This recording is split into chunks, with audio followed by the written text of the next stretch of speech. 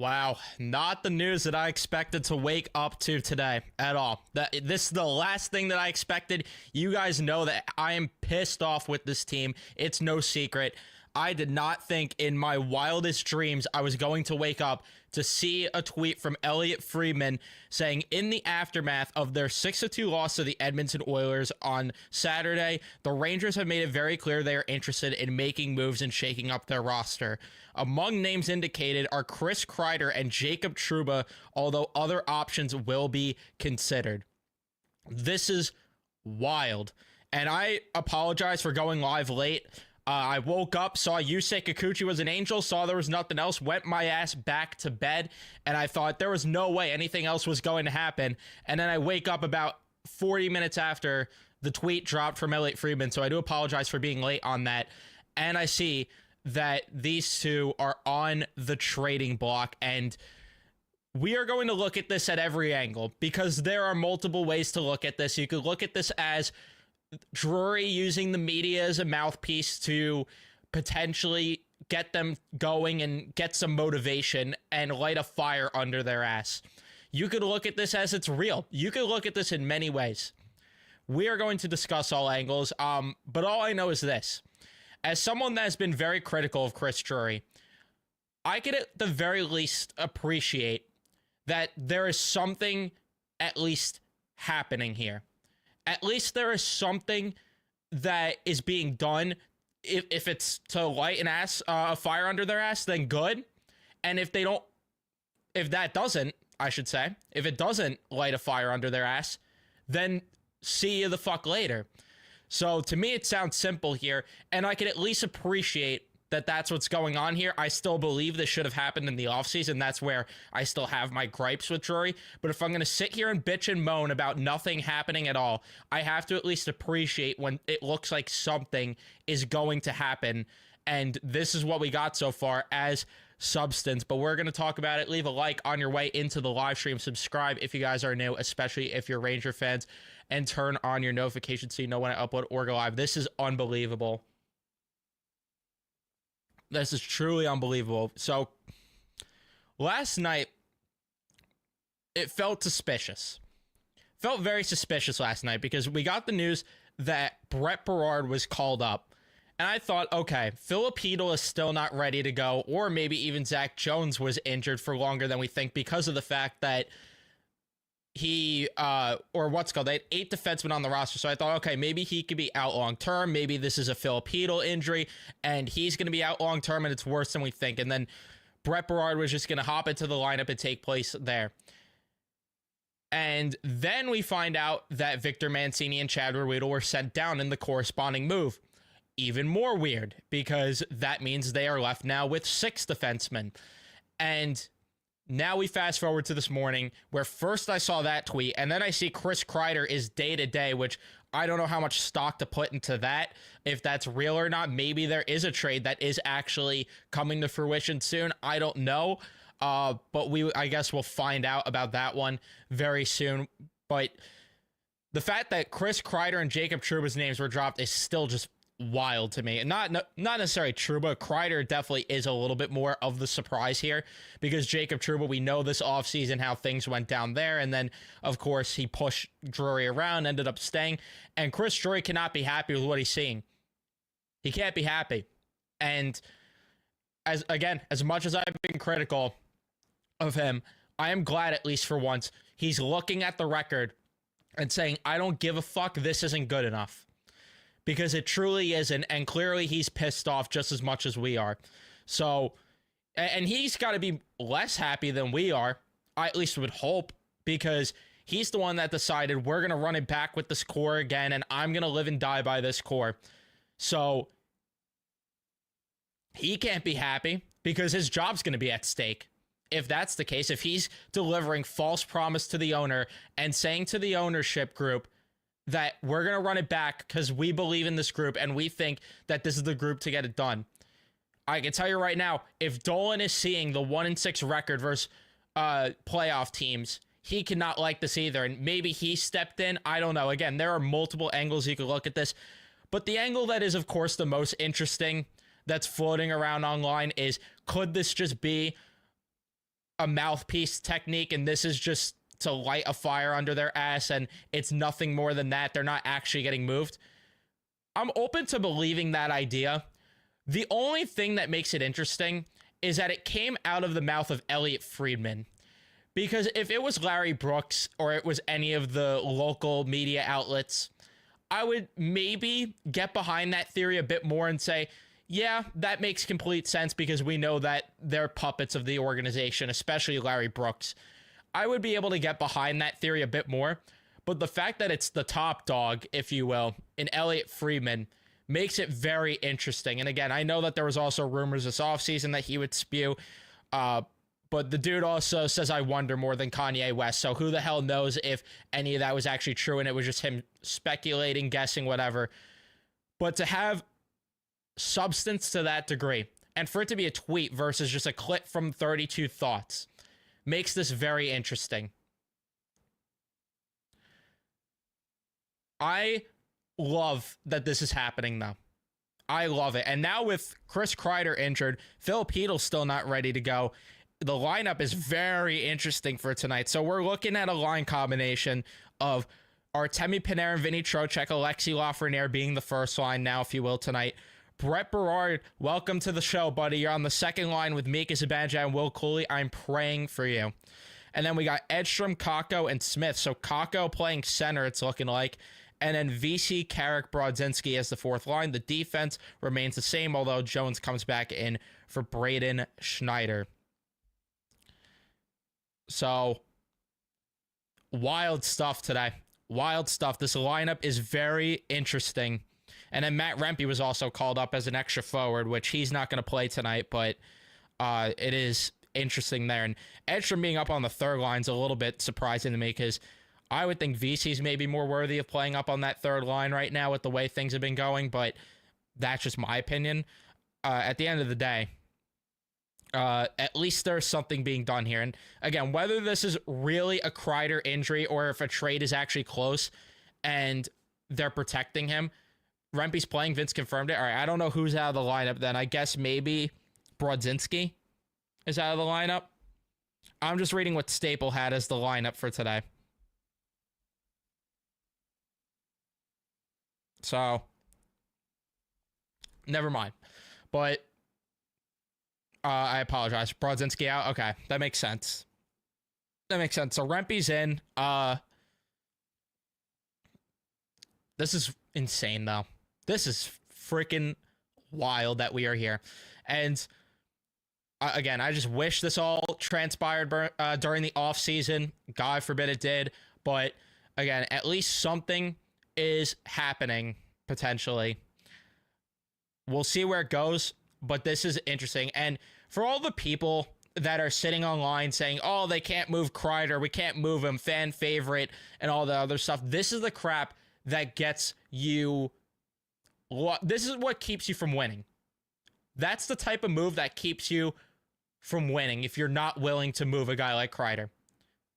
Thankful for everything he's done for the organization to this thus far.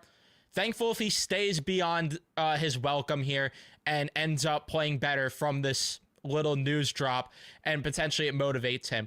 And also, maybe this will get Mika to potentially consider waiving. I don't know. Maybe I'm getting a little too happy about that and getting a little too excited about that. But there is the possibility, because I always said, if you threaten the idea of moving Kreider, that could maybe open up the idea to Mika to move as well. I don't know if it will or not, but there is the world. But if the Florida Panthers could move Jonathan Huberdeau, who was a franchise great already, by the time they moved him, if they can make that shakeup and move Jonathan Huberdeau, the Rangers can move Chris Kreider. I'm sorry, but they could.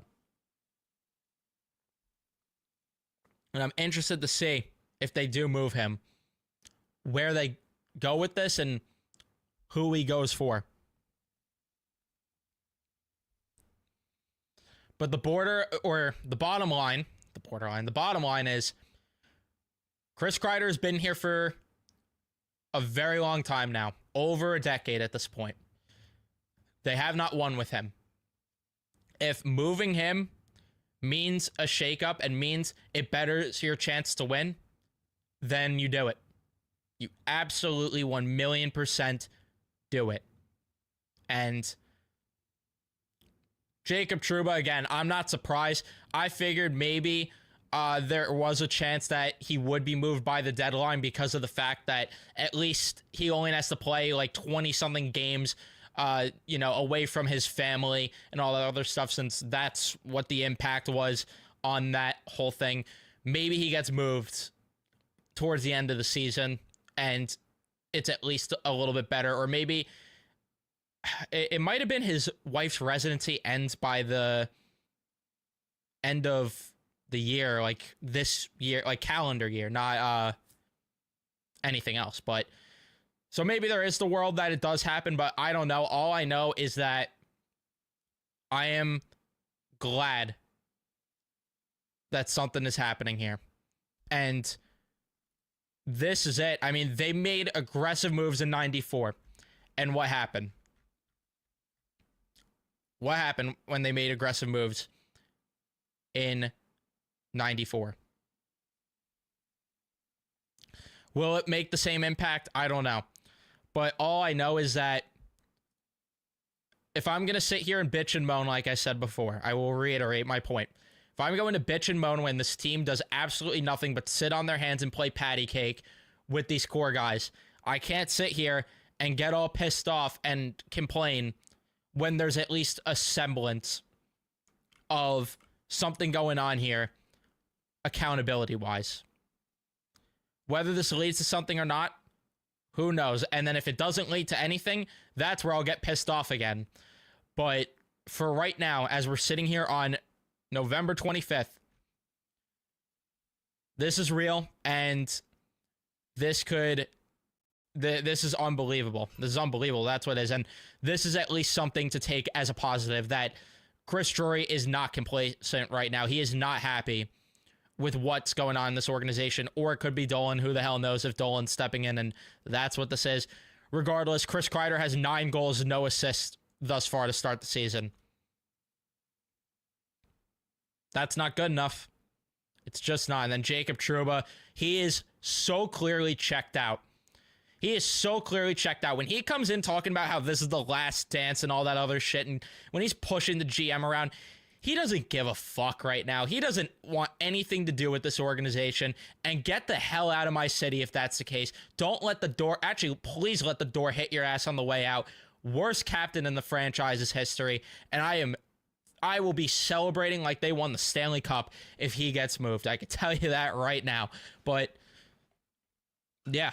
Let's see what's going on in the chat. I mean, the chat must be going nuts right now. And, yeah, this is it. 4 cups in franchise history for a reason.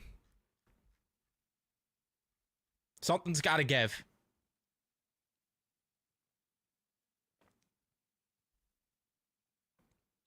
And this, too. If they can move McDonough and Callahan, and I know Kreider has the numbers because of the longevity, but if they can move those guys, if they can move a fan favorite in Matt Zuccarello, Chris Kreider could absolutely be moved. Sorry, but I don't care.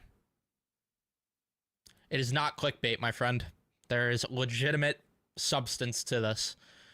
Excited to see Brerard. I hope he scores a goal tonight and the Garden goes nuts. Me too. I am excited to see. This at least gave me a reason to be excited about tonight. I get to watch Brett Brerard play and see what this team looks like without Chris Kreider and see if there's a difference there. At least there's something to watch for tonight. But I'm excited to see what Brett Brerard could do too. And I'm glad that he's called up to not play on the 4th line. Because initially when I saw the report, I'm like, are they really calling him up just to throw him on the 4th line? Because what are we accomplishing here? But now that he's on the 2nd line, and again, I know he's playing with Mika, but Will Cooley's been the best forward for this team thus far. I'm excited to see what he could do tonight. And maybe even some power play opportunity. But this must mean Lafreniere is getting power play 1 opportunity. And that I'm really excited about. That I am super pumped up about. Is that Lafreniere is going to get his chance on power play 1.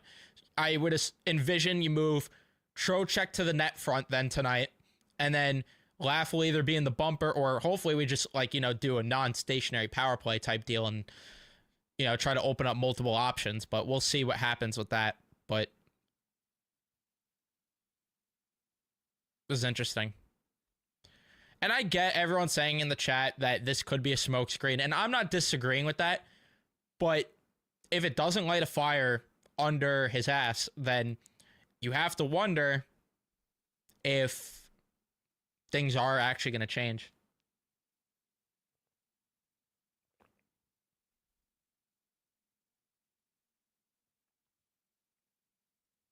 Drury's job absolutely is on the line. And that's why I don't know if this is entirely a PR stunt, is because I truly do believe there is a world right now where Chris Drury's on the hot seat. And when you tell the ownership group that I believe in this group and we're going to run it back, and when they are not delivering at all, this group is not delivering the promise that Chris Drury made to the front office, to the higher ups, they're not going to like that. They are absolutely not going to like that. And I am sure, and as much as we think Dolan is a moron, and believe me, I truly believe that, but I also do believe there is the fact that Dolan, or at least somebody close to Dolan, is seeing the fan reaction right now. Whether it's you, whether it's me, whether it's Joe from Long Island, whether it is Brett from Staten Island, I don't know, I was just making up random names there. No matter who it is, I'm sure that they are seeing something right now that they're not liking. And the point is, something could change.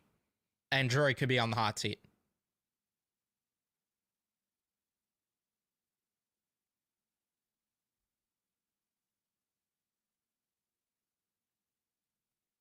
And this is it. This is it. Friedman has the fountain of sources. He's not quite Jeff Passan level, because Jeff Passan just is the GOAT of all insiders, with Woj out of the scene.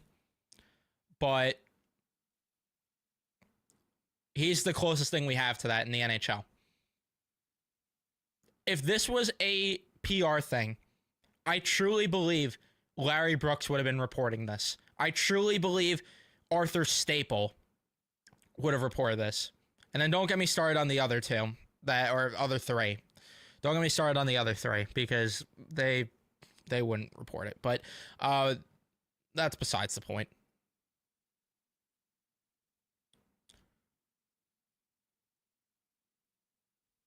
All right, thank you guys for letting me know, though, about Rempe being in.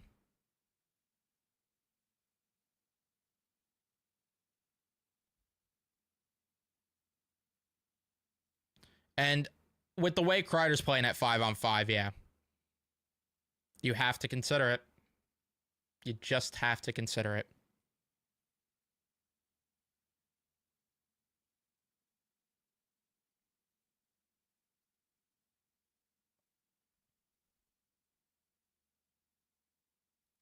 And this too. Not only would that happen, but it would also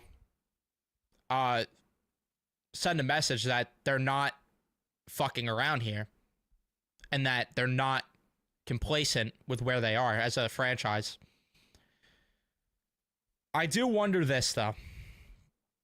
I really am curious if they just sell at the deadline and then let Gabe sign when his college season ends, and see what they have in these young guys. I'm very curious if they do that.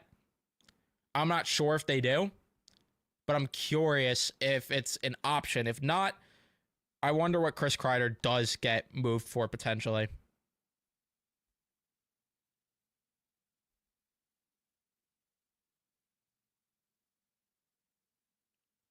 Vince just dropped something, though. Adding to Elliott's reporting with more to come, there is a definite unrest with the Rangers org right now, with concerns from the top about this core's plateauing and increasing unease from players/employees. But sources also reminded how rare/difficult big deals are this time of year. Wow. That's everything that I needed to hear.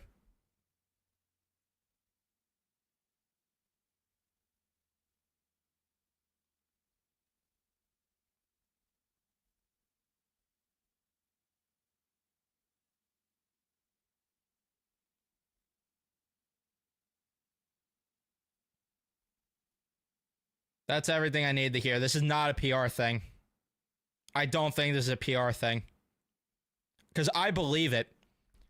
I truly believe it.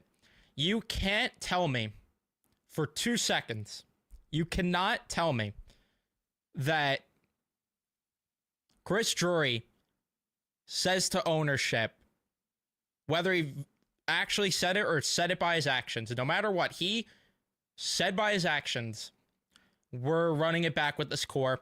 We're do or dying with this core. And to me, this screams Dolan is pissed. Dolan's pissed. That's what this is screaming to me. But I'm very curious right now. I'm very curious where all the people that call me and all the other people in the chat negative and saying that we're overreacting to the record and all the other stuff. I'm very curious what those people think about this, because are we overreacting if the front office is concerned and the top of the top is concerned? Are we dumbasses? Are we negative for no reason? Are we fake fans? Are we whatever other insult they throw out there? I'm very curious what those people think right now. So if any of you are in the chat, please enlighten me. But I'm very curious, because all I hear is that, oh, don't overreact. Oh, don't worry. Look at the record. Oh, this, that with the record. Oh, look at this. They won the President's Trophy last year. What now? What now? Very curious.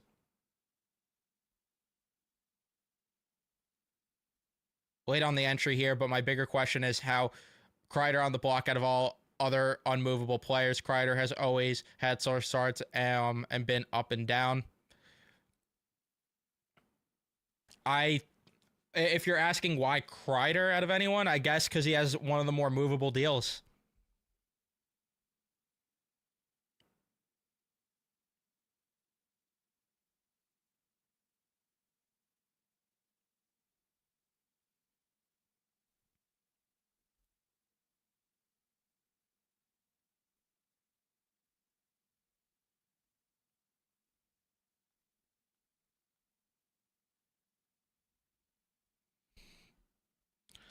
That's really all I could think of, though. Leach got moved. Leach got moved. Henrik Lundqvist got bought out, by the way. Could we stop pretending that Chris KREIDER can't be moved? Just stop.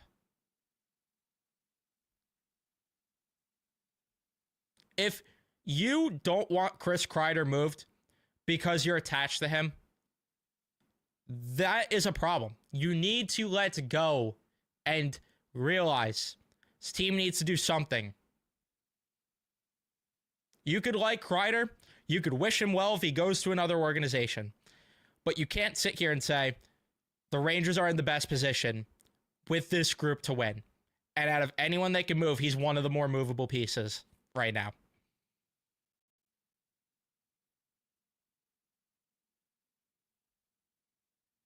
The only thing is an injury, but I think the injury thing is a load of bullshit. I don't think he's actually injured. I could be wrong, but I don't buy that. I think the injury thing is the only thing I could say. The injury thing is either because the rumors are true or because they are finally sending a message by sitting him in the press box for a game. And they just wanted to cover it up by saying he's injured.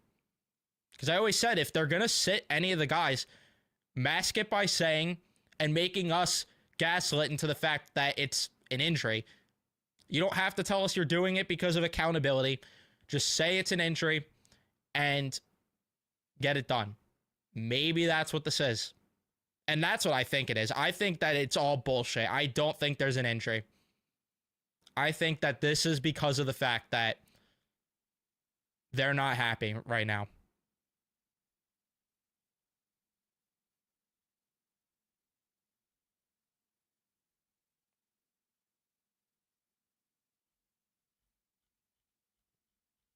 I would love it if they sent a message by sending Trouba for a game. I could tell you that. And that's the thing. He's very tradable.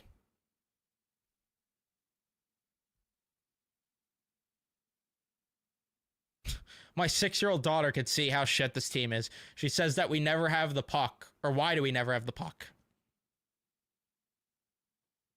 Smart kid. Smart kid. You're raising her well.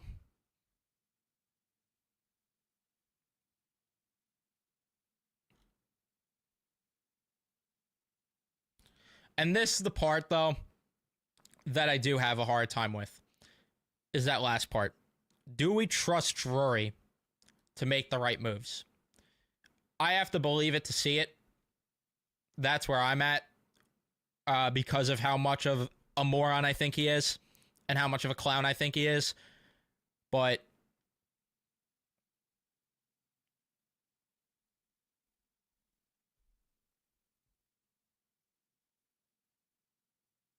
his wife is allegedly due to give birth soon. It could be that. I didn't even know that.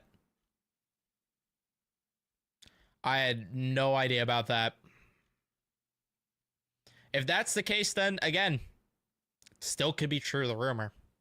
But who knows?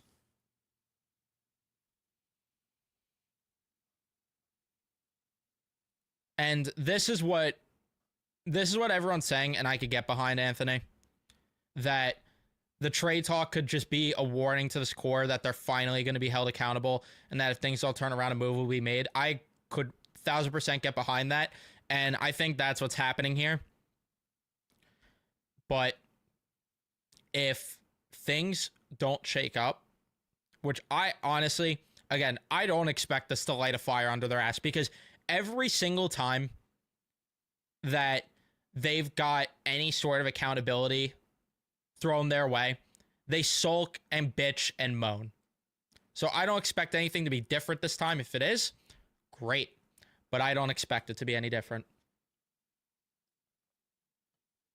But this makes things very interesting.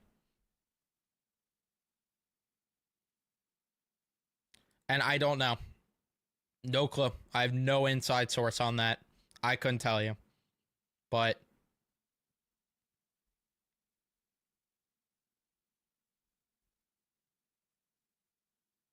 all I know is that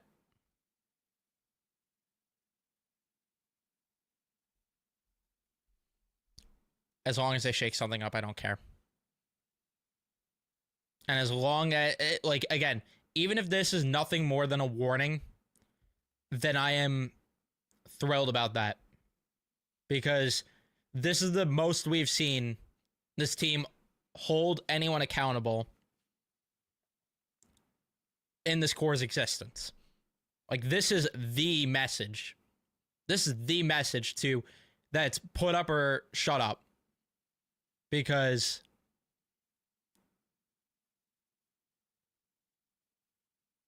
something has to give.